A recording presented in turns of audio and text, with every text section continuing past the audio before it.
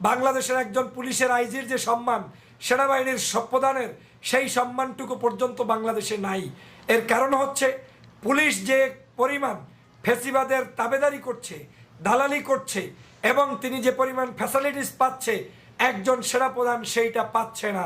অতএব সেনাবাহিনীরই স্বার্থে, সেনাবাহিনীর তাদের ওয়েল স্পেস তৈরির জন্যই তাদেরকে এখন ফেসিবাদের শেখ হাসিনার বিরুদ্ধে দাঁড়ানো এখন সময়ের দাবি। আমি মনে করি সেনাবাহিনী সে কারণেও আমাদের দেশবাসীর পক্ষে থাকবে। তৃতীয় হচ্ছে, বাংলাদেশের সবচাইতে একটা সেক্টর না হলে কোনো দেশ উন্নত হতে পারে না, সেটা হচ্ছে মেধাবী শিক্ষার্থী। বাংলাদেশের শিক্ষার্থীদের আন্দোলনের বিরুদ্ধে গিয়ে শিক্ষার্থীদেরকে হত্যা করে, নির্যাতন করে সেনাবাহিনী কখনোই তাদের নামের সাথে শিক্ষা বিরোধী এই কলঙ্ক যুক্ত করতে পারে না।